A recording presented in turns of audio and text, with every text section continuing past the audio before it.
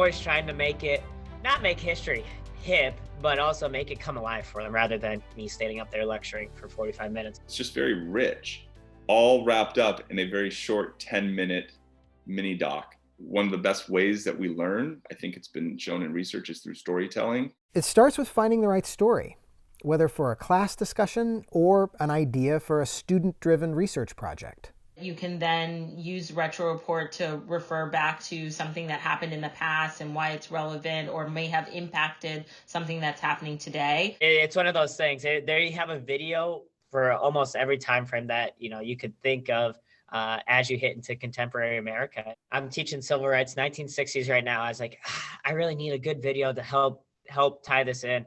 And I went to the teacher website for Retro Report, and I clicked on civil rights, and bam. As the national anthem played, Smith and Carlos raised their fists and ignited a worldwide controversy.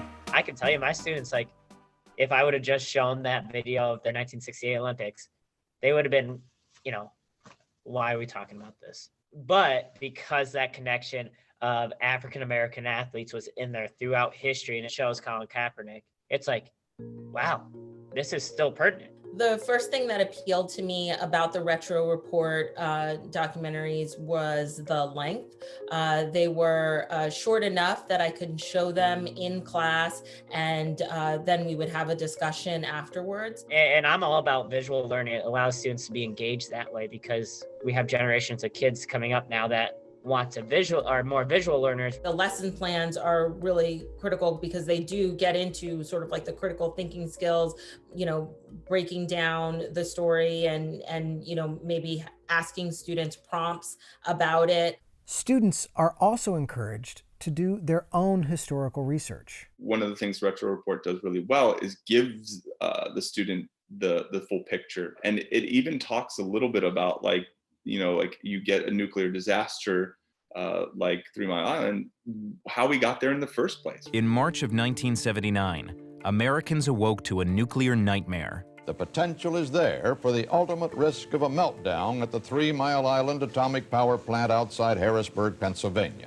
They see the archival footage where people are panicking and trying to get out of Dodge, essentially. Now that you've seen what could happen with 3 Mile Island, let's compare it now to Exxon Valdez. What's the greater risk? One of America's most magnificent waterways is blackened and befouled tonight by the biggest oil spill in American history. So it really can lead to deeper discussions and debates and allowing students to formulate opinions and take sides. And if you're bringing in these people who've experienced it, these stakeholders who've lived through it and had the time to digest it and process it, then it's a way to connect to other people because they can see themselves in that, or they can see the challenges that these people face. Stories also allow students to explore the research and reporting process. We would sit back and talk about the issue.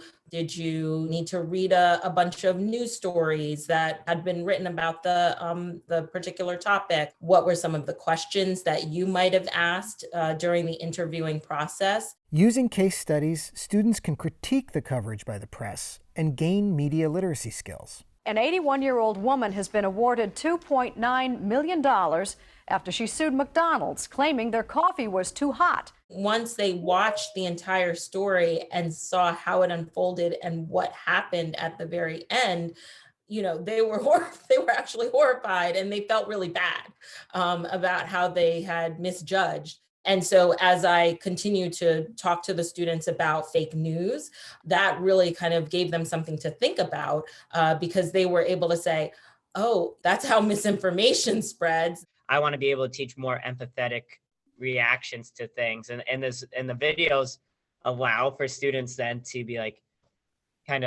oh, okay, I need to think differently about this situation, kind of empathize more. Retro Report does a great job of just sort of setting the stage up, giving you the essentials, but in a very visually stimulating way, and then closing it out with lessons learned.